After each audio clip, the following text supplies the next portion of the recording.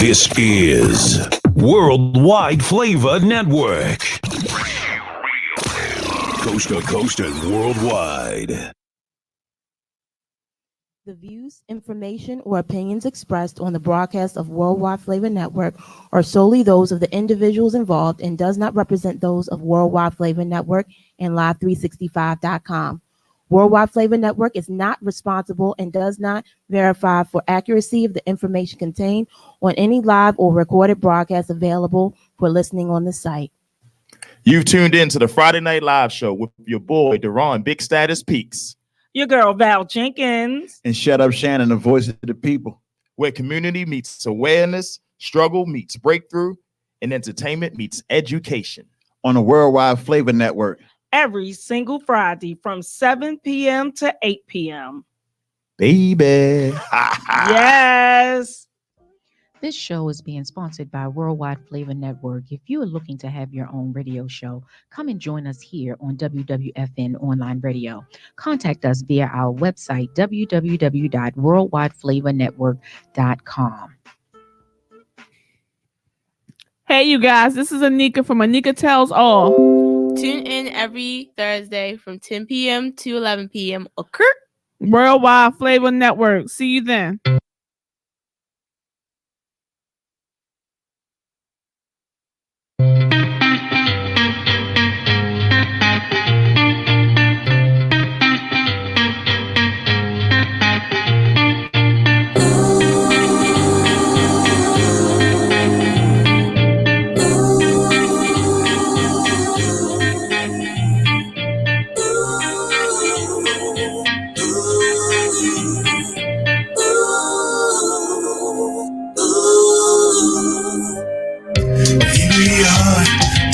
And I, in the darkness of the night, I can tell you wanna see something more than the moonlight. Bitter better, I feel your heart. It's anticipating love. Oh, oh. Introduction of our first time. Baby, all of me is yours. There's no doubt I'm into you. Where your body turns me on, oh, oh. I can tell you feel it too. As I rock you in my arms. Bitter better, I feel your heart. It's anticipating love. Oh, oh. Introduction to our first time. Baby, all of me is yours.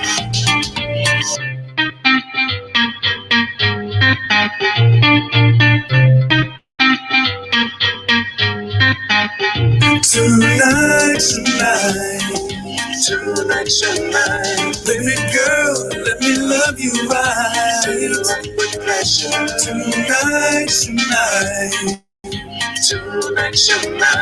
baby girl, let me hold you tight. With pleasure. Tonight, baby girl, let me love you right. With pleasure. Tonight, baby girl, let me love you right. With pleasure. Can you help me with this love don't I have for you?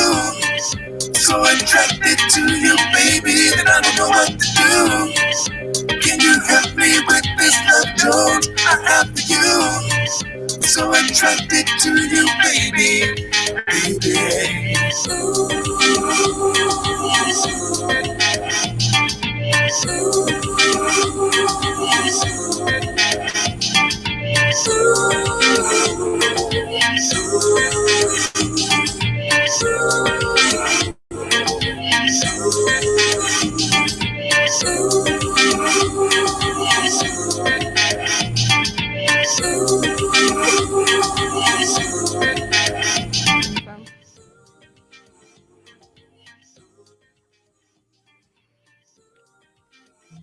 Hey, you guys. Welcome to Worldwide Flavor Network, where Nika tells all.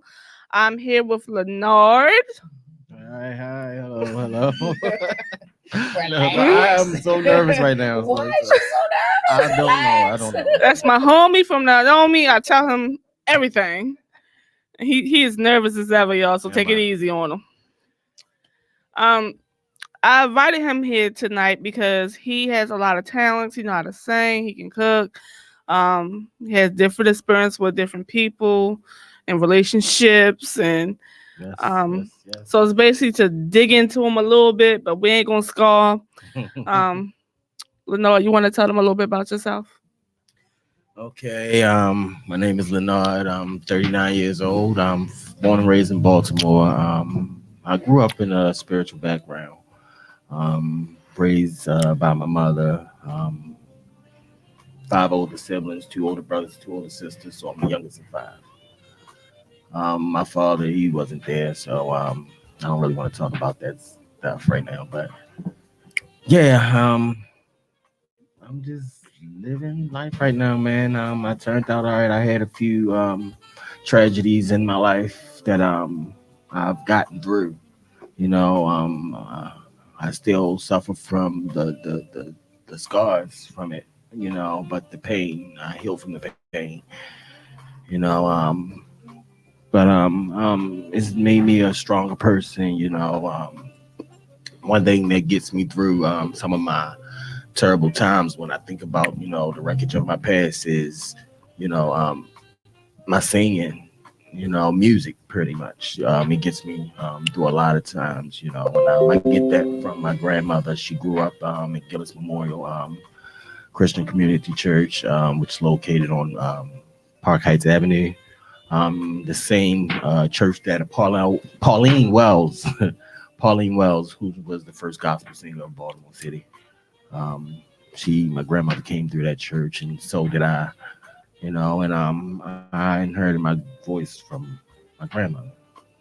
So your grandma was a singer? Yeah, and they called her the songbird. She could hit this note like Mariah Carey. That's just like, Okay.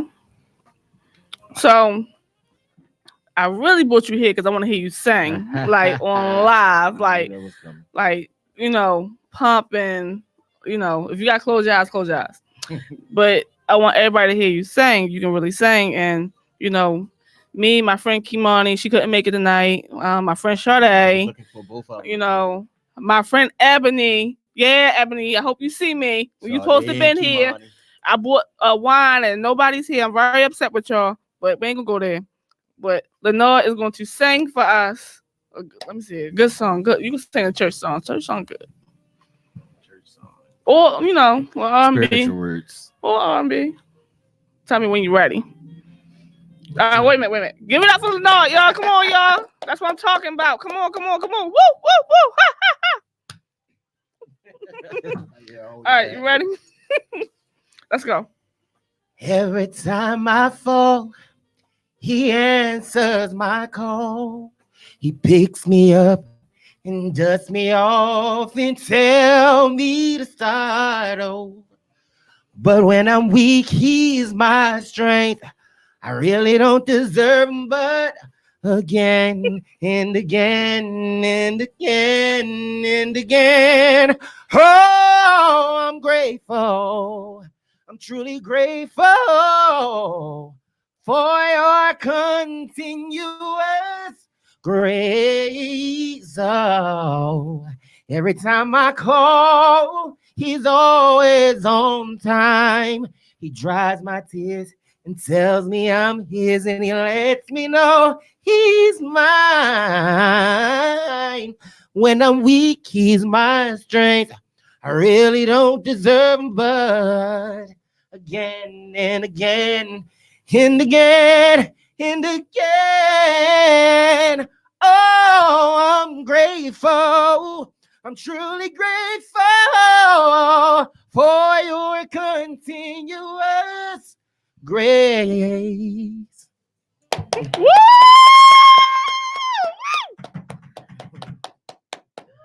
That's just a little bit of my spiritual back. Yeah. Spiritual boy. Too bad Otis couldn't be here tonight. You are missing it, unfortunately. Yeah, he would have So, enjoyed it. Yeah, that was wonderful. Thank you, thank you. Yeah, like you sung in front of me and Kimani before, but that was something else. I sing gospel and R&B. So I'm just searching for a platform right now, that I can be able to utilize my talent. I haven't been pretty much doing anything with it, but singing in the shower. So but my mom and my family keep telling me I should do something, They pushing me towards doing Miss something. Michelle, you got more room on your roster? Oh, yeah, you need to holler at her. Okay. Older, unfortunately, Oldest can be here, but Leonard also knows how to cook. Yes, Leonard, what are your favorite things cooking? My favorite dish to cook is lasagna. I make a mean lasagna. You haven't tasted yet. You have tasted a few of my meals though, but yeah, I just learned, and that was just like kind of ebb living with it. But the oxtails, I didn't. Did you taste those? The Yeah. oxtails, yeah, the Mhm. oxtails that I made. I did the brown sugar with it. It was something different, and it came out good. But I learned cooking. Something I knew. I watched my mother doing in the kitchen pretty much, and I remember this one particular time, Thanksgiving. My mother, she was in her addiction, and I remember she left the food all on the table, uncooked, half prepped. And I woke up like 4 in the morning and I saw everything. And I just started, putting stuff together and doing the turkey and seasoning the turkey and making the potato salad and the baked macaroni and cheese and the greens. And I really didn't have a clue of what I was doing. I was just going by what I saw my mother doing in the past, and like adding seasonings. Back then I really didn't know seasonings from herbs. And the next day, my family came over and had Thanksgiving, and they was like, "Who made this?" And my mother said, "No, I made that." And everything just came out perfect. So I went to Job Corps later, and I took culinary arts. So that kind of added to. You didn't say you took culinary arts? I did, yeah. I took culinary arts. That was one of the trades that I took in Job Corps. I did a year, almost a year, and then I completed, received my certification, and I never, pursued it. It was nothing I really wanted to do in life. I did it because I already knew how to do it. I didn't have my high school diploma, so I said it's something I can take just to waste time while I'm trying to take my GED. Okay. And Well, you should. I really think you should sell dentists, but that's just my thought. Like, you will probably make a. Well, I know for a fact you will make a killing. well, it's dentist. trying to get the clientele. Once they taste your food, that'd be good. Um, you said don't want to talk about your dad. Can we talk about your mom? My mom, she is my bestest friend besides next to you. Oh, okay. I'm about to say, like, no, what after the- you, before you. No, I'm about to say, remember the tease now. 'Cause that's No, my mom is my mom. I couldn't say best friends because I don't want to label her as a friend. That's my mom, but she's somebody that's very, very close to me. Me and her talk as if we were like best friends. But yeah, she's my mom. I love her. She's a strong, strong woman. She was battled and for with drug addiction for over 15, maybe 20 years. And she's 26, maybe 27 years clean now. I'm proud of her. She works at Sinai Hospital. Um, I just talked to her this morning, as a matter of fact, and wonderful person. I met her. wonderful person. Um, she tells me how much she's proud of me and my process that I'm going. I didn't want to talk about this anyway, but I might as well be open and honest, because I too suffered from addiction for 15 years. I'm currently on the track of putting my life or picking up the pieces putting back the pieces to my life. And I'm doing great. I'm doing great. I've met some awesome people along the way. You was one of them, definitely. I didn't know that you I'm would on top of become- the list. I didn't know my next best friend was going to be a female. That's right. I know. No, but I really love Anika. I really do. You know. But back to my mom. She superwoman to me. You know, she's a strong woman, and just the similarities between you and her. Y'all kind of have shared some similarities, but the strongness, like you a go getter. You know, you chase that money. I don't know if I'm putting you two out there, Yeah, but they gonna be like, "What? Oh, Nika, give me." I admire that about you. I really do. I really do. You know, you Thank make you. sure that your children are taken care of, and my mom, no matter what happened in her addiction, she made sure that her three boys, my grandmother took care of my two sisters. So she made sure that me and my two other brothers was always okay. You know, we weren't left out on the street or without, without care. You know, or ended up in foster home. She always had us together and next to her, even though she did her thing. And through my addiction, I finally was able to identify exactly what it was she was going through. You know, back then I just thought that she was hallucinating. She was accusing everybody of all types of things. So I thought she was accusing people, but when you pay more, when you are an addiction, you pay very close attention to things that are going on around you. You know, I don't know why that is. I think that's part to do with addiction, but at the same time, I do understand. And everybody just thought that she was going crazy, and people tend to look at the bad side of addiction. The thing, the part that you stealing, and they don't want you in your house, and this, that, and the other. But at the same time, you're fighting not to face reality and not to face people looking at you in that way. And that's And a not to hard go thing. backwards. Not to go backwards, right? So I'm sorry, I got a little headache. I keep on putting it away.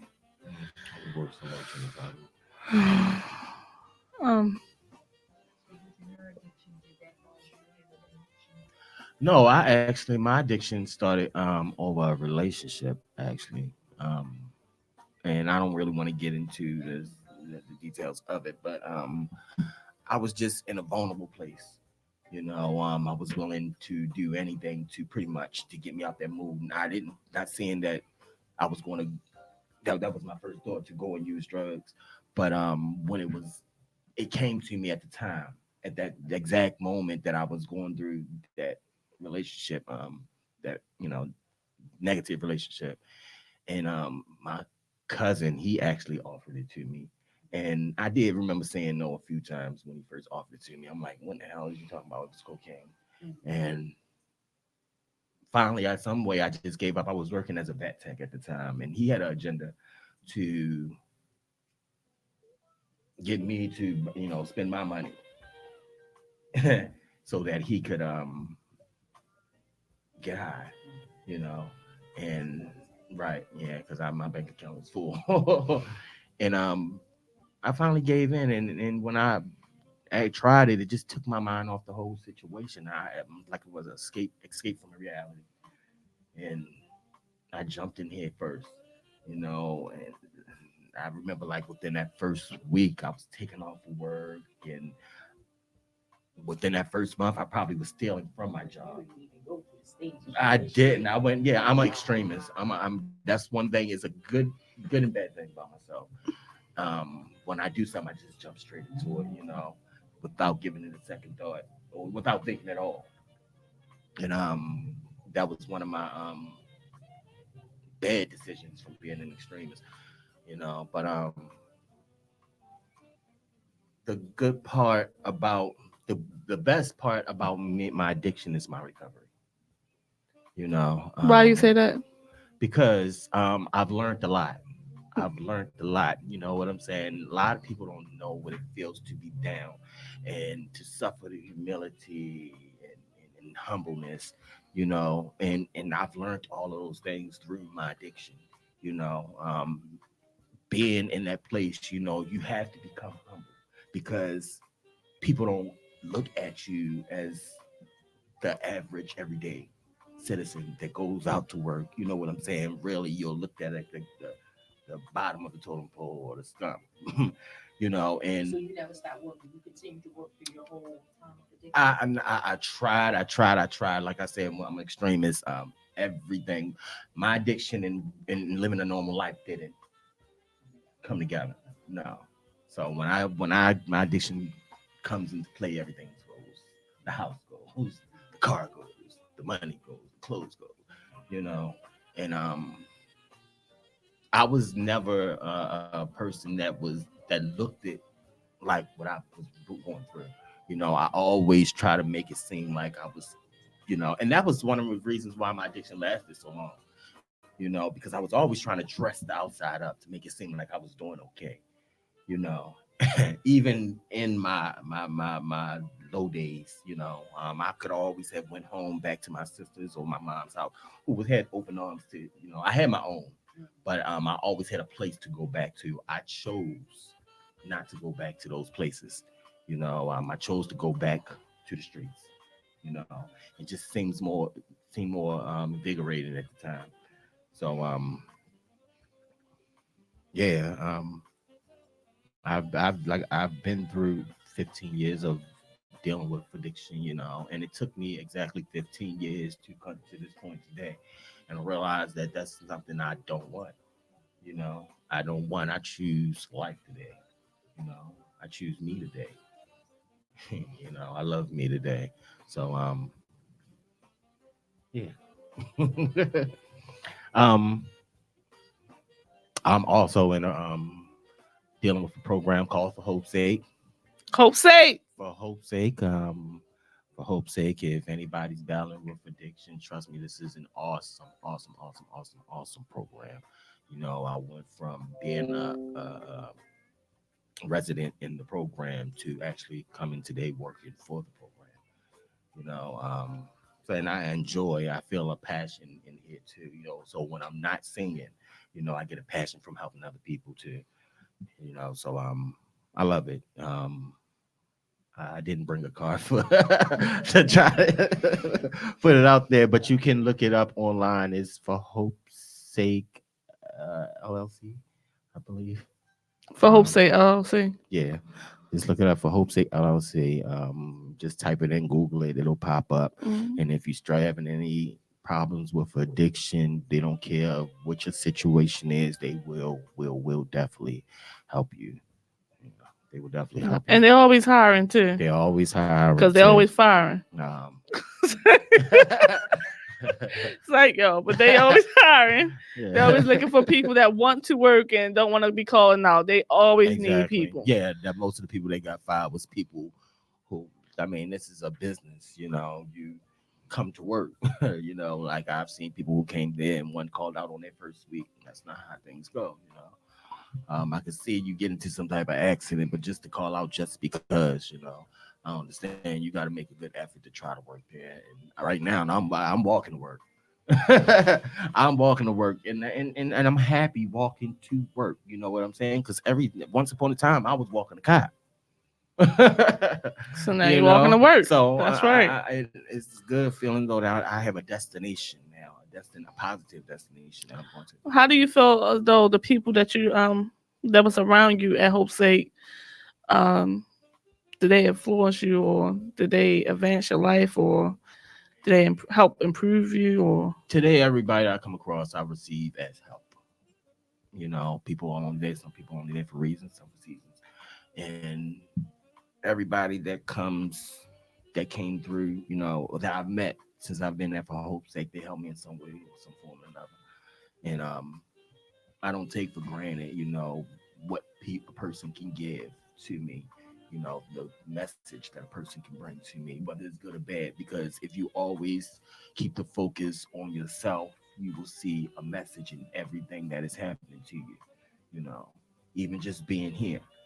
I don't know what the outcome of me being on this show is going to bring, but at the same time, I'm not looking at for an outcome. I'm looking at the message of who I can help. Who is am inspiring right now, or who am I? My message is reaching. For the people out there that have a problem, or can't pull that self to deal with the situation, what do you say to them? Could you repeat that? For the people out there that have a problem, have addiction problem, have a drinking problem, have any type of you know drug problem. Well, the addiction today is so different and much more detrimental than the way it was back in the day. Even when I first started, it's so much different. You know, drugs is killing people. You know, first they need to understand that is death out there. Drugs are taking people out. And it's a choice. You know, I would say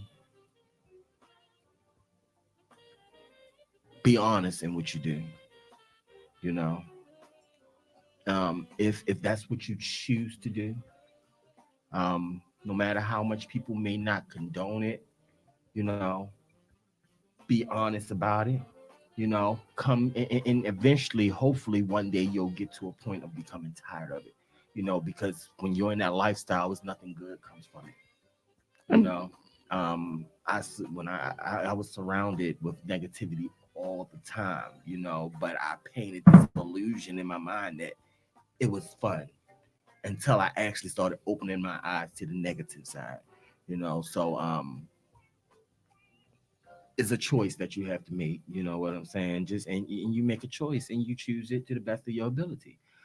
Even when I did decide that that was something I wanted to do was get high, and I forgot to mention this, that my mother, she would always come out and try to snatch me out of my addiction.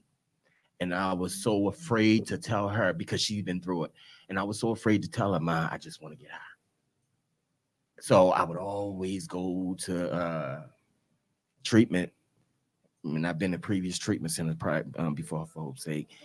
And it would always lead to me staying a few months or even completing the program just to come out and relapse again. Mm-hmm. And I made the choice. I got tired. Yeah, I got tired. I was. It seemed like the negativity was coming closer to me. It's like different. It's different. It was different when I was seeing it, and it's happening to everybody.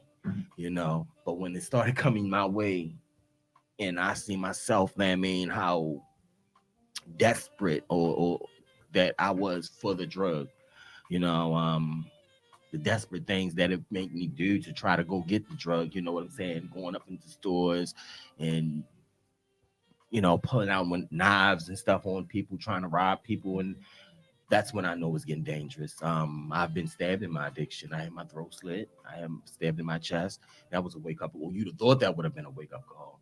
Um, and the first thing I did when I came out the hospital, I wanted to go get high. you know, but it was part of my process though. It was just the beginning of the end of my process, and a few more incidents led. And I always was a spiritual person. I grew up in a spiritual background, as I was saying before. And one thing I did was I kept God with me through my whole addiction. You know, yeah, y'all probably would have thought I was crazy if y'all saw how I've been talking to myself by myself in my apartment with God. You know what I'm saying? But even with while I was getting high, I would bring Him in the equation. And I guess that's why I made it out of my addiction how I did. And God got a sense of humor because as much as I prayed, He got me out this way. He got me out. He had to send me to jail, and I was grateful. I was grateful because I really saw that that was His way out for me. Yeah, so I'm grateful. So you recommend Hope's Sake, and you made a big change in your life. What is the the most thing that you appreciate more that you didn't got out of all this? I've gotten a closer relationship with God. One. I got my family back who never actually left me, but they let me go to find myself. Mhm. So I got a better relationship with them, and I found myself. Yes. I'm still finding myself. I'm not going to say like I'm complete. I'm finding myself, but I know myself a little bit more better than I did years ago. And every day now, I try to look for something else that is good for Leonard, that'll help Leonard. I'm trying to blossom into this person that the best me I can be, should I say? And I had posted something on Facebook, and it said, when you aren't afraid to be who you are, that's when you are incredible. Yeah, that's Yeah, good.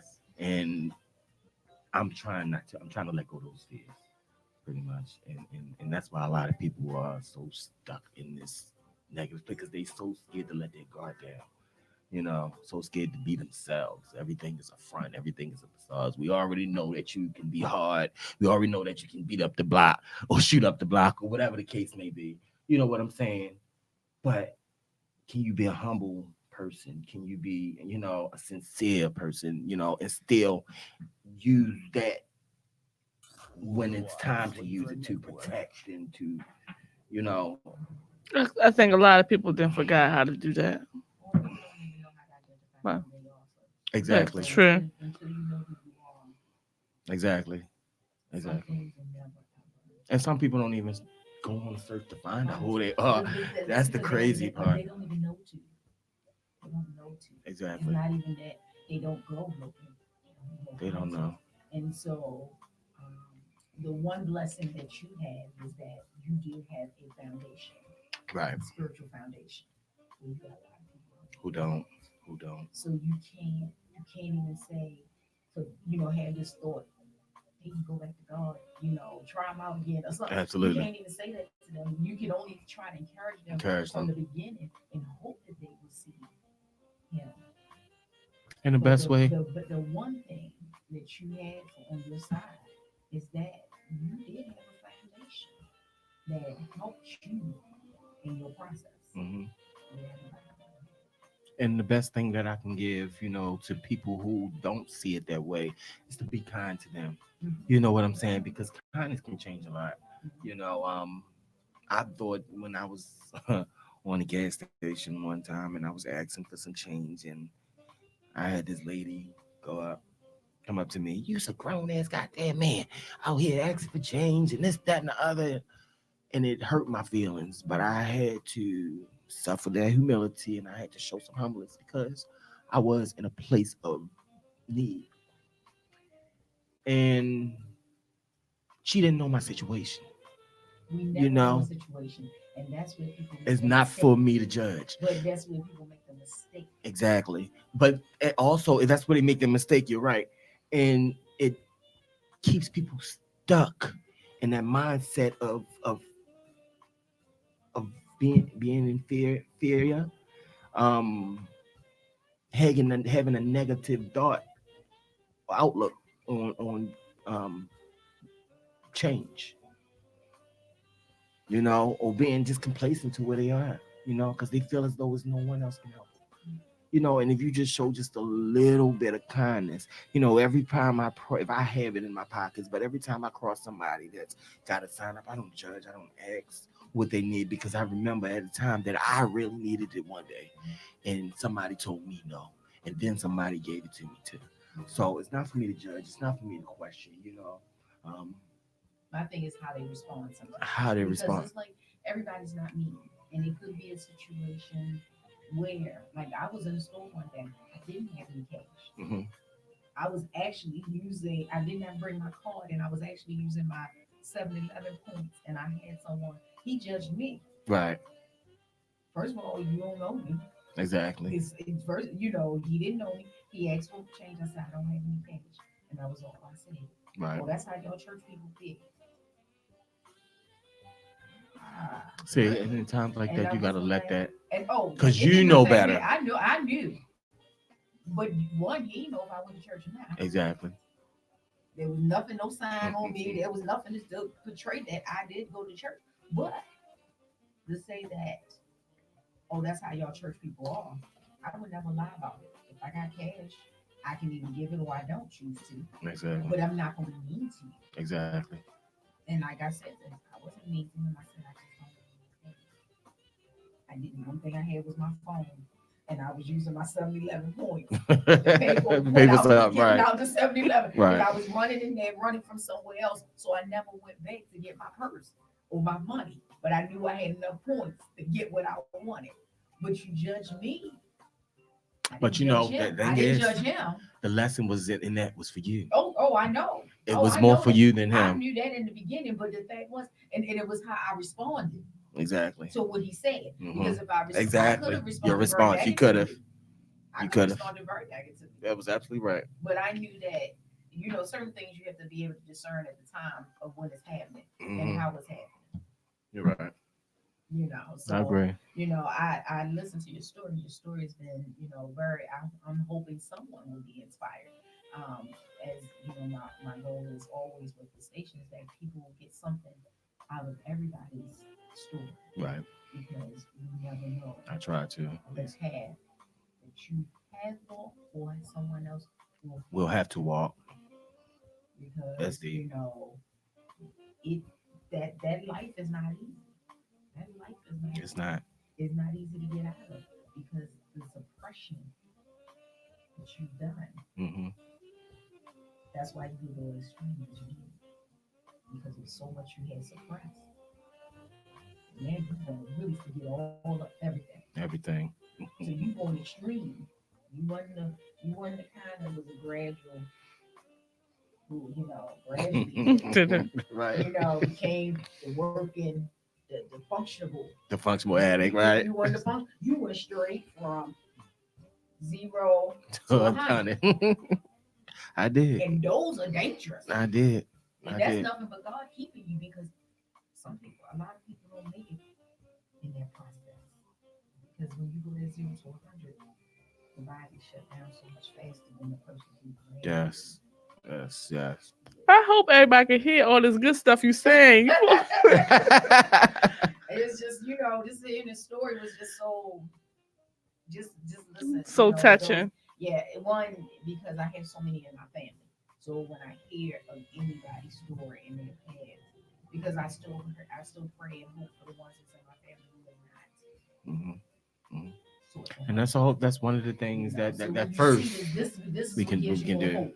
Not that God doesn't give you hope, but when you see somebody, that's God's way. Yes. Still some hope for them. And a lot of people they wait. I always in my mind I think a lot of people waiting for God to come out, and they don't see the. God is working through people. God has already done some touching and they right. He's working through people. Right. He's working through people. When I sit there and I cross those individuals that I got high with on the street, that's God's way of showing you can do it too. Because I was where you were, and that's you got me a little emotional right now. But yeah, nothing wrong with that. It's it's all good. Because I came a long way, man, and I'm proud, and I wish that somebody would hear this. You know what I'm saying? And I hope if my goal or my vision is for everybody is to get to a place of happiness and happiness and peace. That's the only thing. I want everybody to win. Right. God, pass the blessing on. Let everybody win. Let them get it. Show me what you did so I can get it. Right.